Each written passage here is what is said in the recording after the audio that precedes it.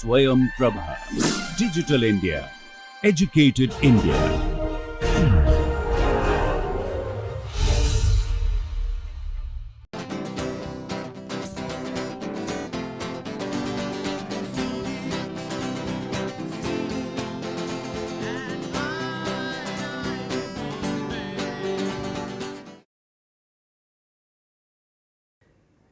Welcome you all to the next class on the inorganic chemistry of life, principles and perspectives. In the previous class we have been talking about the ion transport protein transferrin and the transferrin, the functioning etc., apotransferrin to the addition of the ions either in the form of the iron 2 plus or in the form of the iron 3 plus. Is in the form of iron 2 plus it gets oxidized, iron 3 plus it gets there is no oxidation required, but either of the case the core is formed only in presence of the carbonate. Therefore, carbonate is an allosteric factor that has been very well proven, and there are two centers, one is N terminal, other is the C terminal. So, let us continue with that, and we have seen, I have explained to you the iron 2 plus getting in apotransferrin and iron 2 plus, then you get an iron 2 plus complex provided you have a carbonate ions, then add the oxygen or leave it in the oxygen you will get into, or you can have alternatively the iron 2. Now, let us look at a curious experiment where I take apotransferrin and add different extents of the ions and then try to look at that.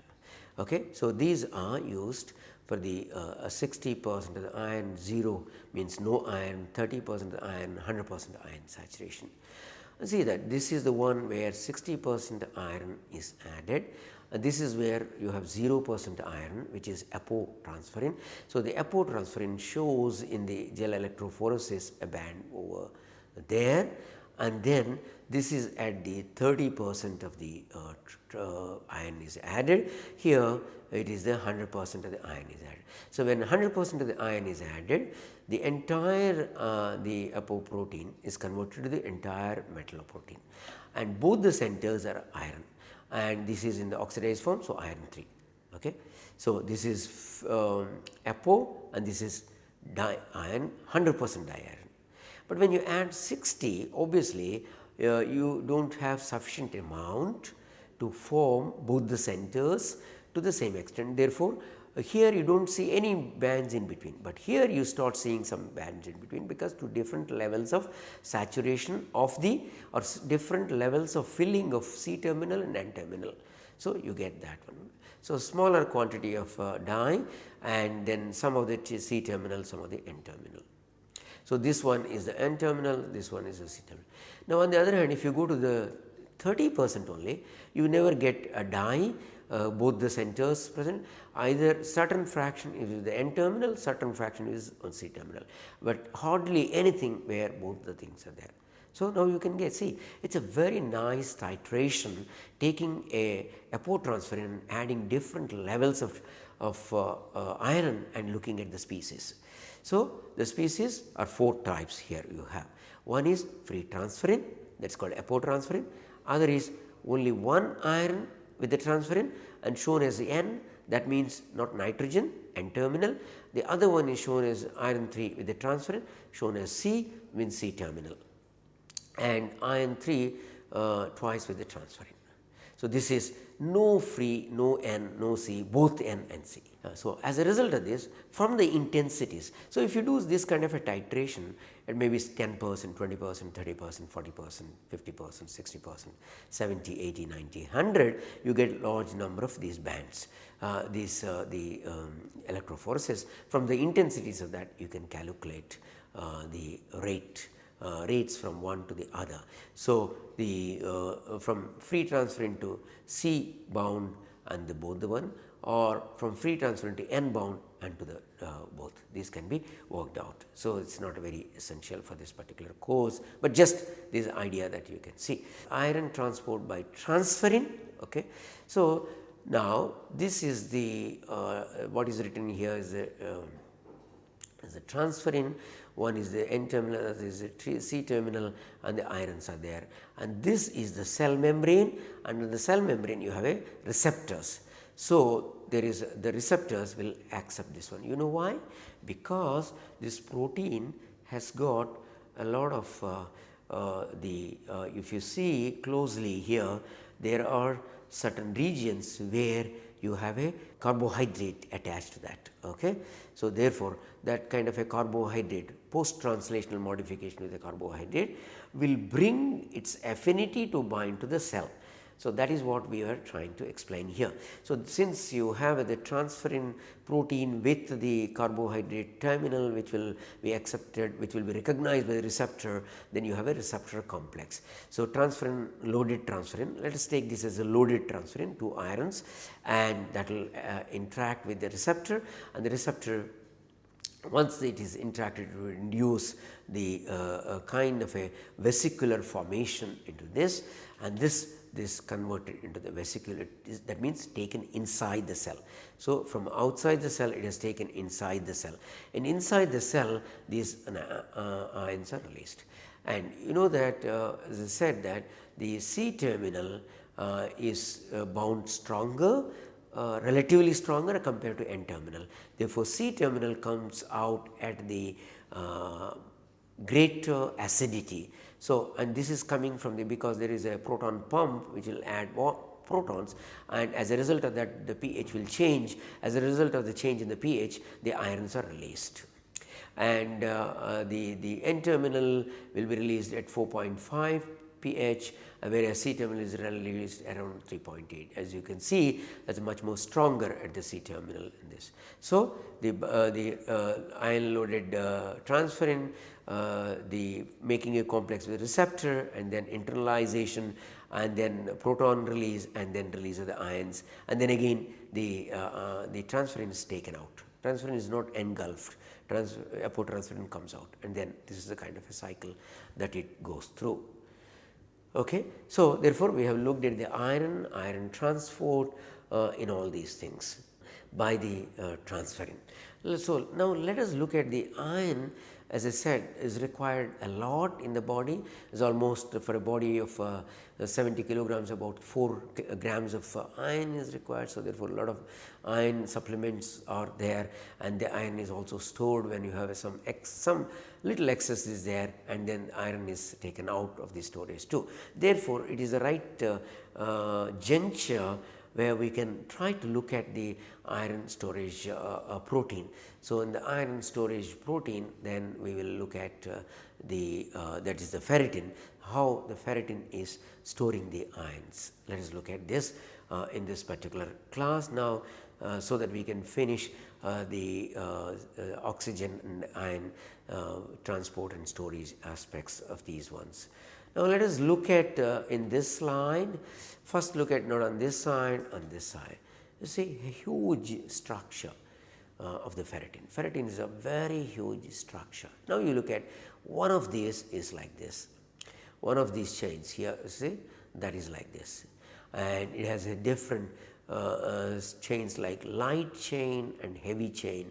Light chain is around 18.5 kilodalton, heavy chain is around 21 kilodalton, and such kind of a subunits, 24 subunits are joined together to form this. So, it forms a kind of a very spherically symmetric kind of a ball shaped structure in the ferritin.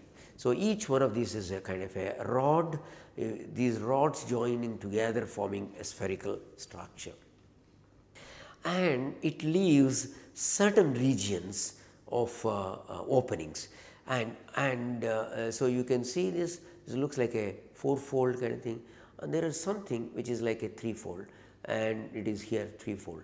So, it is here three-fold. So, that means that arrangement of all these rods to form a kind of a spherical ball will leave with some kind of a voids, kind of a channels, some kind of a regions which will connect interior, and that we call it as a channel. So, the channels which are having a three-fold kind of symmetry, and the channels which are having a four-fold kind of a symmetry.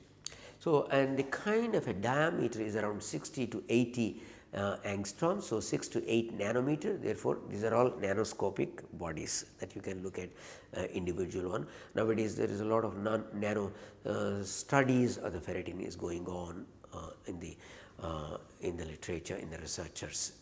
And this has, as I said, 24 subunits of this, and it has a capacity to catch up and store 4,500 iron ions. So, not iron neutral, iron ions.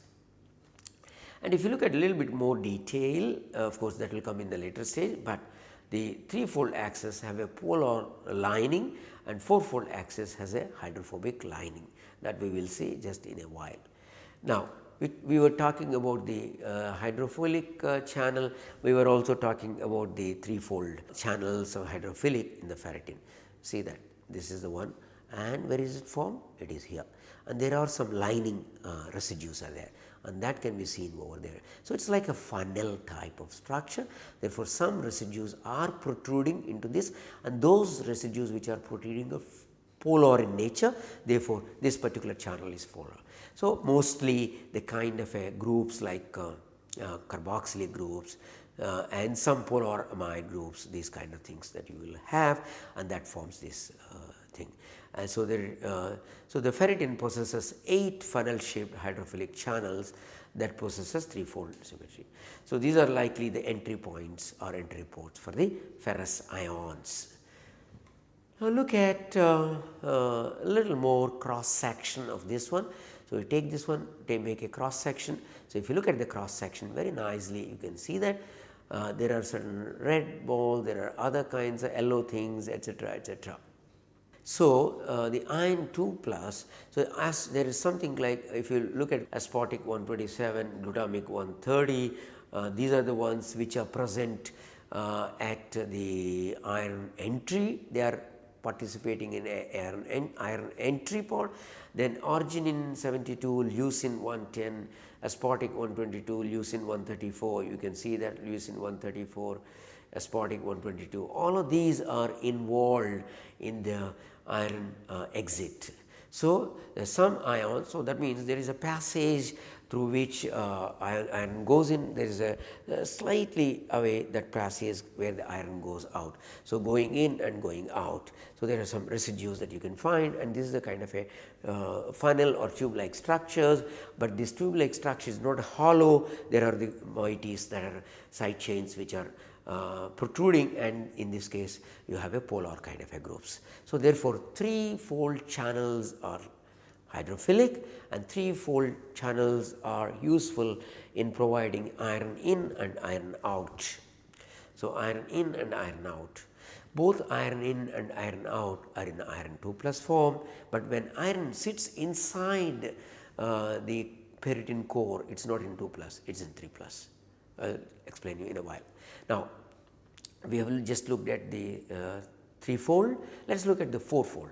So, what I said initially, the threefold axis have got the polar lining and the fourfold axis have got a kind of a fourfold channels will have a hydrophobic kind of thing. So, that means there is some purpose. So, purpose for the hydrophilic is the ion flow, the iron 2 plus getting in, iron 2 plus getting out.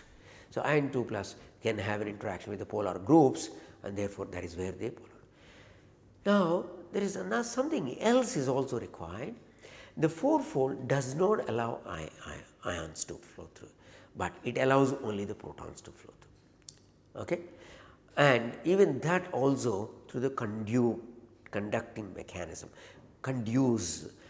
So, there is a conduit is formed in this particular fourfold channel, and as a result of that you have. So, this will allow only, and it will also allow, there are certain reducing molecules have to enter in order to give the electrons to the iron 3 plus, which is stored inside, and convert the iron 3 plus to iron 2 plus before it comes out. So, therefore, the role of the fourfold hydrophobic channels is that one is the proton wire formation, second is allowing certain kind of a molecules which can give the electrons. So, reducing equivalents, which we will study in after 1 or 2 slides later. Okay. Now, we have studied what is the size of this, There is a huge symmetry, 24 units are there, about 60 to 80 angstrom, and there are 4-fold channels, 3-fold channels, and 3-fold channels allows the hydrophilic part of iron 2 plus getting and coming out. 4-fold channels allows the protons, and then certain equivalents of reducing equivalents to get But now let us look at how does this iron goes in as iron 2 plus and forms the core of the iron 3 plus, and how does it come out. So, let us look at this. As I said that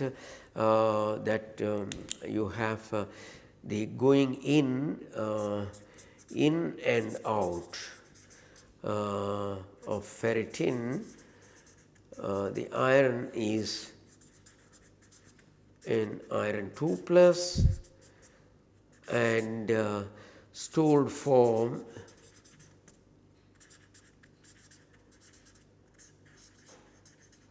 ferritin is Fe3 plus. So, this is very essential, please keep in mind. So, initially it goes as iron 2 plus, some reducing equivalents will add the electron, they take out the electrons from this, it will oxidize by the oxygen presence and then goes to iron 3 plus. When it is taking out, reducing equivalents will give electron and iron 3 plus will become iron 2 plus. So, gets in iron 2 plus and then gets oxidized, and then for release reduction to iron 2 plus, and this is released. Okay. So, this is an important aspect that one needs to be looking at this one. Okay. Let us look at the formation of these ones. Okay. Here you can see that this whole thing is a cross section of the sphere that I talked to you about, and these are showing some channels. So, you can see some channels where the iron 2 plus is coming, and you can see the honeybee nest kind of thing is formed here. So, the whole thing that you have on this, and then you have a core of 60 to 80 angstrom, and the total, that is where it can hold something like 4,500. And I have already mentioned to you that in the iron 2 plus goes through the polar channel where carboxylate groups and these things are there. So, once they go in, okay, they are oxidized the iron 2 plus and forms the iron 3 plus kind of thing. So, the core keeps growing and also oxidation takes place, and this core can start from different directions and then fill the whole thing.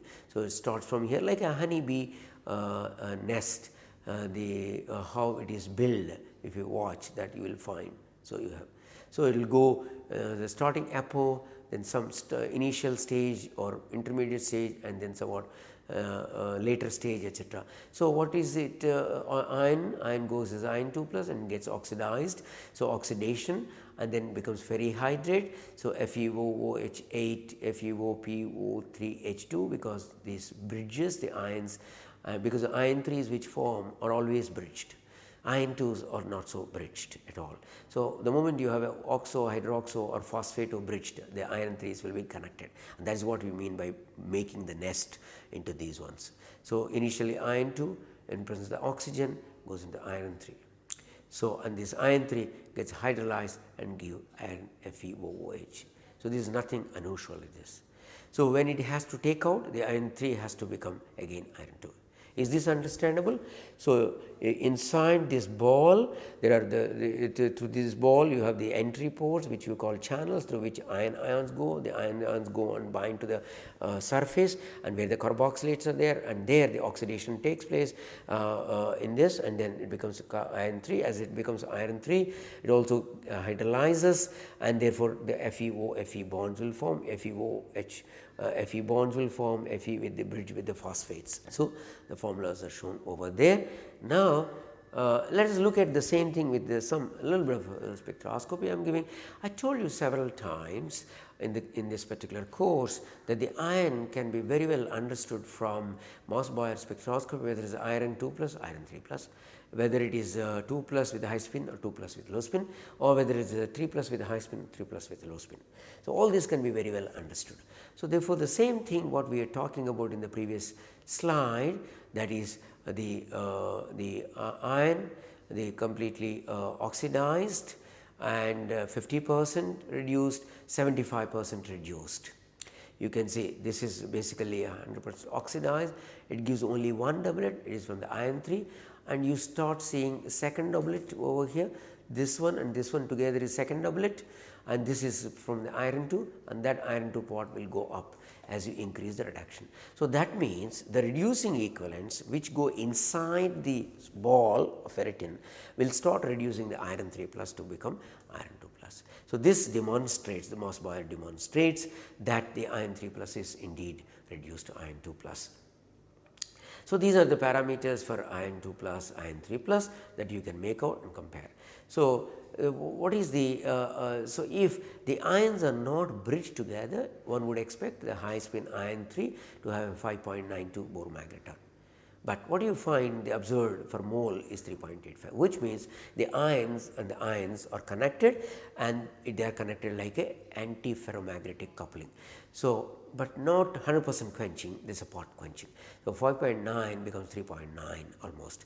So, that is where, and this can be identified, the ion whether it is a high spin or not. You can look at the EPR also, and you can look at this quadrupolar coupling. We will talk to you about the symmetry, and then EPR also will talk to you about the symmetry. So, using EPR and magnetic susceptibility and the Moss-Boyer spectroscopy, you can find out the ion, whether the ion is completely in the iron 3 plus state or iron 3 plus has become iron 2 plus.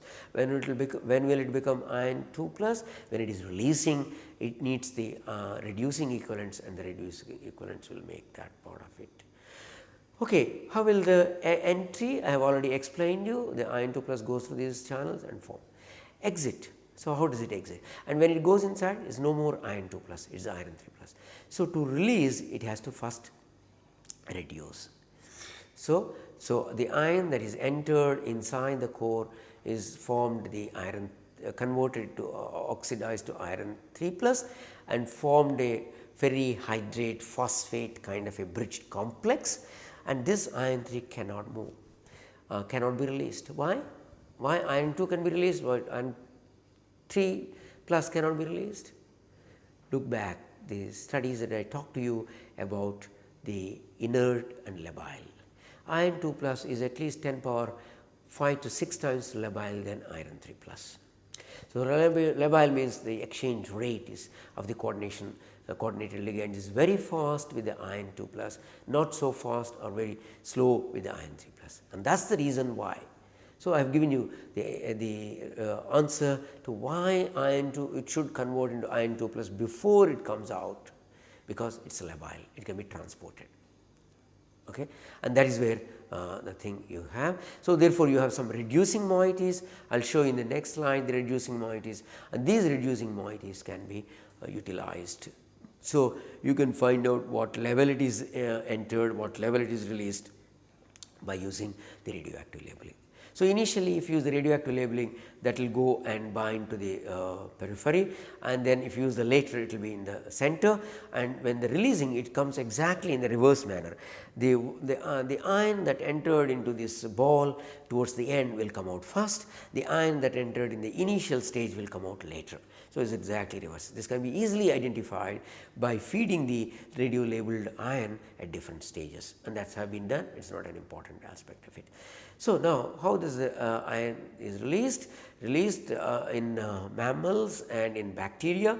There are some heme proteins, etc., or even non-heme kind of a analogues of this, and these analogues, this is flavin kind of analogues.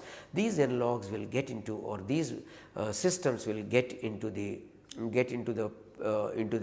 ferritin core and reduce the iron, release the electron and reduce the iron 3 plus to the iron 2 plus kind of a situation, and then that iron 2 plus will come out. I have already talked to you the threefold the channels have got compartmentalized portion for iron 2 plus getting inside, iron 2 plus getting outside.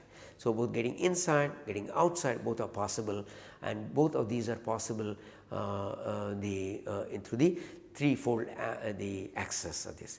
Now, from the fourfold axis, you can expect this reducing dihydroflavins or other kinds of analogues to get into this particular thing.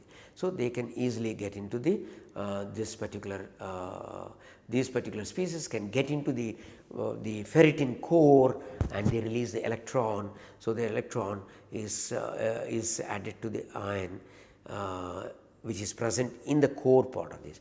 So, please remember that the iron written here, okay, is different from the iron that we are talking about. So, this is a protein, heme B protein, which undergoes between iron 3 plus and iron 2 plus. It will add an electron to iron 3 plus in the core and make into iron 2 plus, okay, and thereby the heme will get oxidized. So, heme gets oxidized and the iron present in the core, in this honey bee nest core, will get reduced. Okay. So, that is what you call it as a reducing agent. Okay. So, the rate of ion release by a number of dihydroflavin analogues show that the electron transfer is significantly the rate determining in the release process. So, first of all, electron transfer, and also this is also in turn related to how much of this dihydroriboflavin will flow inside. That is also another kind of a control. So, first the reducing species has to enter inside through the fourfold axis, that is one rate controlling. The other one is the electron transfer from that particular species to the iron 3 plus. Okay. These are in fact slow. So, diffusion of the hydroflavin through the protein channel is also is slow. So, therefore, these are the things which control the release part of that. So, when you say release, there is some kind of a signal comes somewhere, that signal will activate these molecules and pushes these molecules inside, and then when they go inside they reduce the iron 3 plus into iron 2 plus and then comes out this. Okay. And that is the kind of thing needed. So, the rate of ion release is also dependent on the initial content of iron. How much iron is there? Suppose you take only 10% iron is being built in, 50% of iron is being built inside, or 100% iron is being built in. So, it will be dependent on the. So, so maximum rate is when you have at least 1/4, totally around 4,500 atoms or iron is about 1200. So, around 1/4 of the ferritin is filled, then it is good, it gives a good rate to release of these kind of thing. So, now you understand the iron ions are stored as iron 3 plus in ferritin when the body has sufficient amount of iron ions, and the iron ions are required to different organs of the body, and that will be basically transported by the transferrin, and when you have excess it will be stored, when you have a necessary it is being withdrawn. So, when it is stored it goes, the transferrin brings and releases as iron 2 plus, and this iron 2 plus go through via the threefold channels and through the polar channels and goes inside. Once it goes inside, it will get oxidized to ferric and then bridges with the oxo, hydroxo, phosphate kind of a bridging, and then forms a nice core, and the core gets developed and the whole core can get filled.